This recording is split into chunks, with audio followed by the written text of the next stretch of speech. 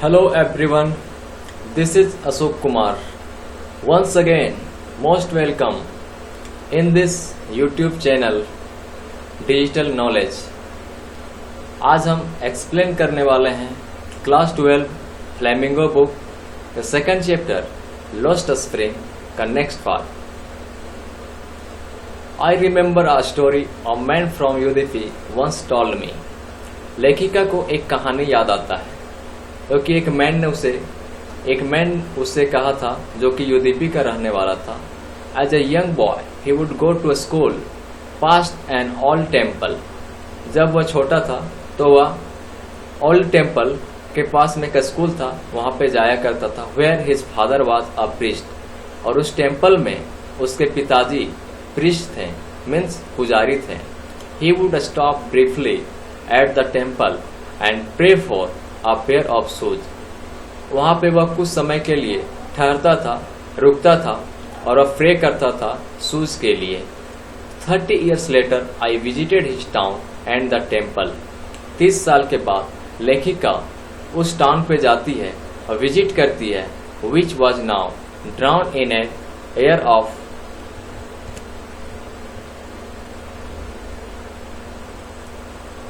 desolation. जो कि शहर काफी खाली खाली था. In the backyard where lived the new priest. और अब उस बैकयार्ड में नया पुजारी आ गया था. There were red and white plastic chairs. उस बैकयार्ड में के लाल और सफेद कलर का कुर्सी था. A young boy dressed in a grey uniform. एक छोटा बच्चा जो कि ग्रे यूनिफॉर्म पहने हुए था. Wearing shoes and socks. वह जूता और मोजा भी पहने हुए था. Arrive panting and threw his school bag on a folding bag. वह हाँफते हुए आता है और अपना स्कूल बैग फोल्डिंग बेड पे फेंक देता है. Looking at the boy I remember the prayer another boy had made to the goddess when he had finally got a pair of shoes. ये सब लेखिका देख रही होती है. उसी समय लेखिका को एक दूसरा स्टोरी याद आ जाता है. एक बात याद आ जाता है जो कि एक लड़का था, वो कभी प्रेयर किया करता था शूज के लिए और अब शायद उसका यह सपना पूरा हो गया है. Let me never loss them. और भगवान से वह प्रार्थना करता है कि हे भगवान, यह मेरा जूता कभी भी ना खोए. The goddess had granted his prayer. और शायद भगवान ने भी उसका यह प्रार्थना स्वीकार कर लिया हो, ग्रांट कर लिया हो. Young boys like the son of the priest now war shoes. और अब इन प्रीस्ट के बच्चे लोग तो शूज पहने हुए थे. But many others like the rag pickers in my neighbourhood remain shoeless. लेकिन अभी भी लेखिका के पड़ोस में जो रेग पिकर्स हैं, कूड़े बीनने वाले लड़के हैं, वो अभी भी शूलेस हैं. My acquaintance with the barefoot rag pickers led me to Seemapuri. लेखिका कह रही है कि इन रेग पिकर्स के पहचान के वजह से ही इन्हें सीमापुरी जाने का मौका मिला. A place on the periphery of Delhi 8 miles away from it. और यह सीमापुरी कहाँ है?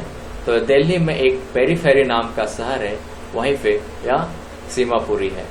8 miles away from it. वहां से माइल काफी मील दूर है.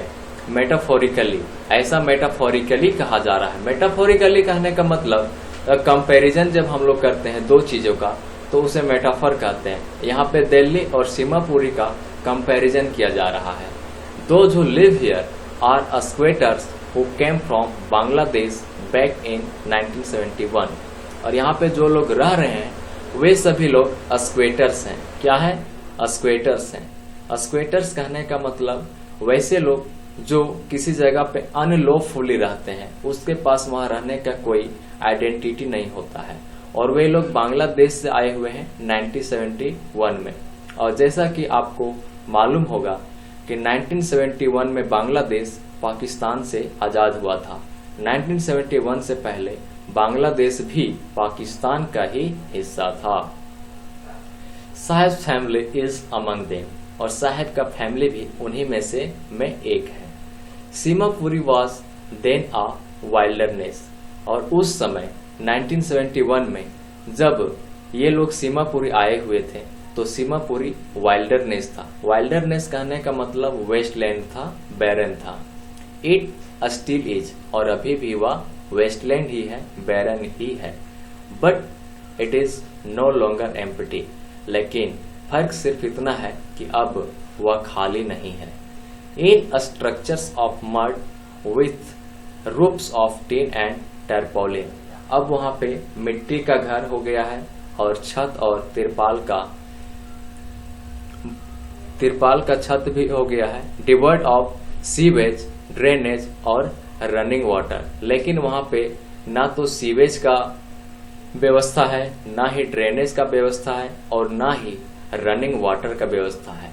लिव 10,000 रेग पिकर्स, उसके बावजूद भी यहाँ पे 10,000 रेग पिकर्स रहते हैं, मीन्स कूड़े बीनने वाले लोग रहते हैं।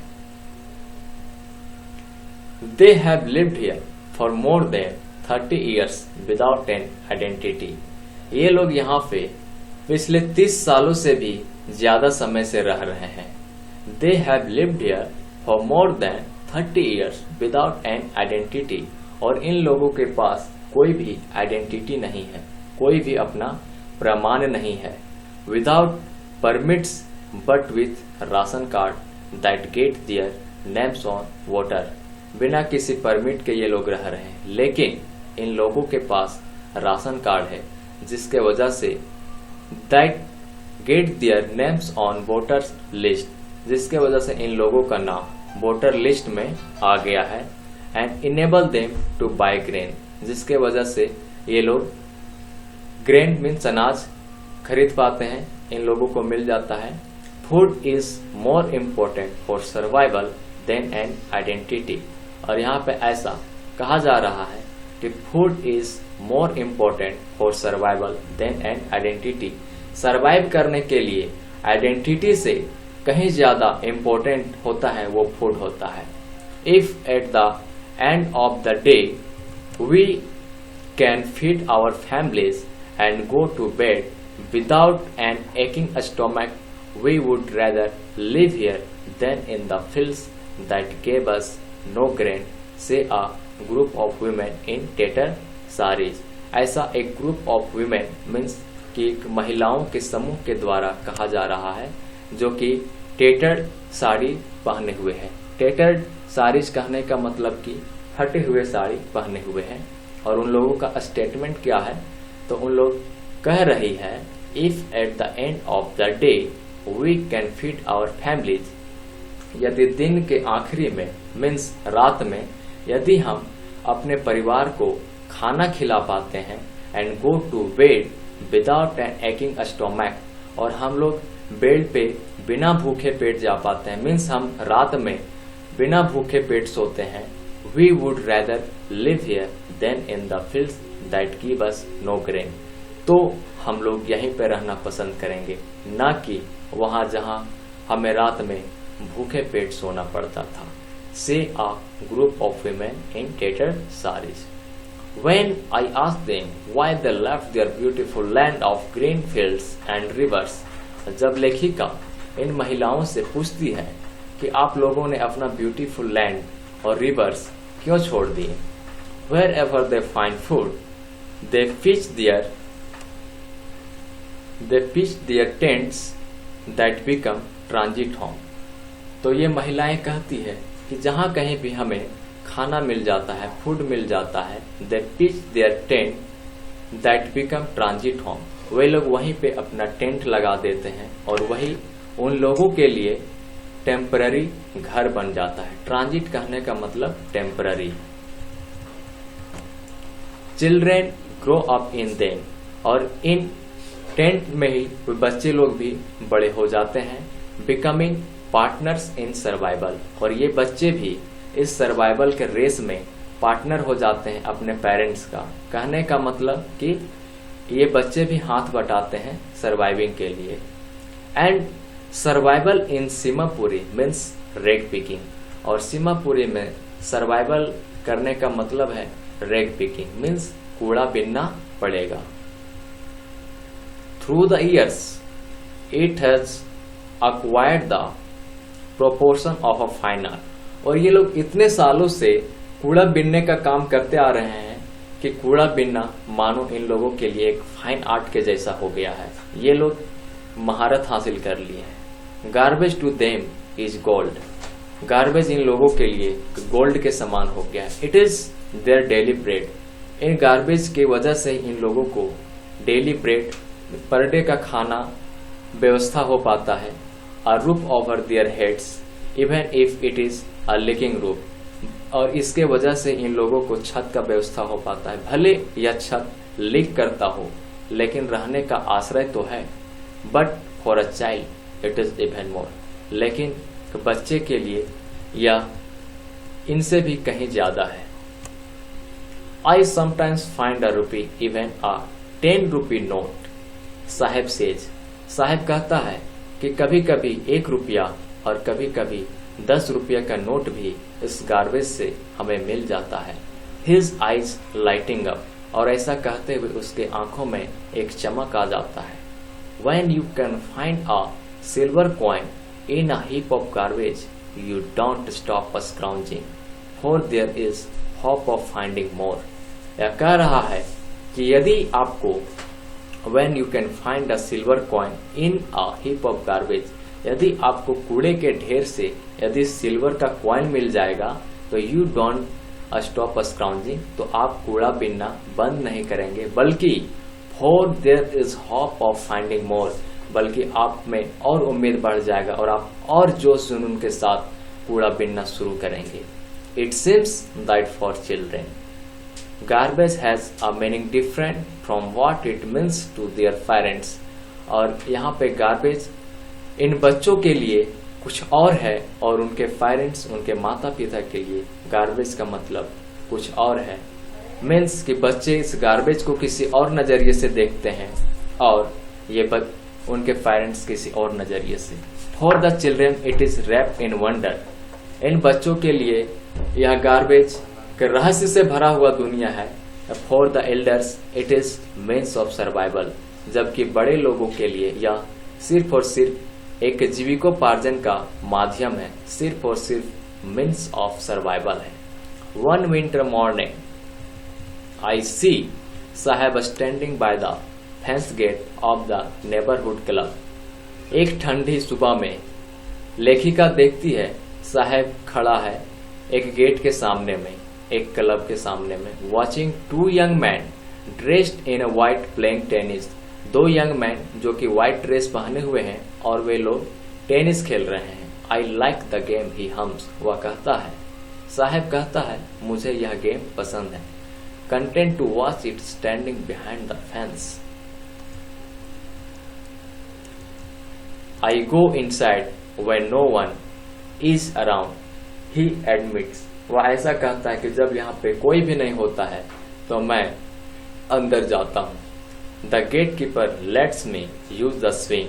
और यहाँ का जो गेट कीपर है वह हमें झूला झुलाता है। Saheb too is wearing tennis shoes that look strange over his discoloured shirt and shorts. Saheb भी टेनिस शूज पहना हुआ है जो कि डिस्कलर्ड है, जो कि मैच नहीं कर रहा है इसके शर्ट से, जो कि एकदम अजीब लगता है। Someone gave them to me, he says। वह कहता है कि किसी ने इसे दिया है।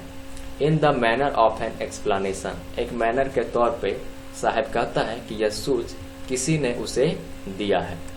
The fact that they are discarded shoes of some rich boy who perhaps refused to wear them because of a hole in one of them। और शायद किसी रिच बॉय ने इसे पहनने से इनकार कर दिया होगा। रिफ्यूज कहने का मतलब इनकार करना। Who perhaps refused to wear them because of a hole। और क्यों इनकार कर दिया होगा? क्योंकि इस जूते में एक छेद था। In one of them does not bother him। लेकिन इससे साहब को कोई परेशानी नहीं है। For one who has walked barefoot। एक लड़का जो हमेशा नंगे पांव चलता हो। Even shoes with a hole is a dream come true। उसे एक होल वाला जूता मिल जाना मानो कि उसका सपना सच होने के जैसा है। But the game he is watching so intently is out of his reach. लेकिन वह जो गेम देख रहा है, वह टेनिस का गेम, वह इसके पहुंच से बाहर है। This morning Saheb is on his way to the milk booth. इस सुबह साहेब मिल्क बूथ जा रहा होता है। In his hand is a steel canister, और उसके हाथ में एक स्टील का कैनिस्टर होता है। I now work in a tea stall down the road, he says pointing in the distance. वह काफी दूर से इशारा करते हुए बतलाता है। I now work in a tea stall down the road, कहता है कि मैं अब इस टी स्टॉल में काम करता हूँ। I am paid 800 rupees and all my mills, कहता है मुझे 800 रुपीज मिल जाता है और इस साथ ही साथ मुझे खाना भी मिल जाता है। Does he like the job, I ask. लेखिका पूछती है क्या तुम्हें यह जॉब पसंद है। His face I see has lost the carefree look, और इसी के साथ उसका जो केयरफ्री लुक रहता है वह गायब हो जाता है, वह मायूस हो जाता है। The steel canister seems happier than the plastic bag he would carry so lightly over his shoulder, और यह जो स्टील का कैनिस्टर है वो कहीं ज्यादा भारी मालूम होता है उस प्लास्टिक के बैग से। द बैग वॉज हिज, क्योंकि वह बैग इसका अपना होता था। But the canister belongs to the man who owns the tea shop, लेकिन यह स्टील का कैनिस्टर उस व्यक्ति का है जिन्होंने इसे टी शॉप में रखा हुआ है। Saheb is no longer his own master, और साहेब अब अपना खुद का मालिक नहीं रहा, इसलिए यह मायूस है। Thank you. इस तरह का और वीडियो पाने के लिए आप इस YouTube चैनल को सब्सक्राइब करें।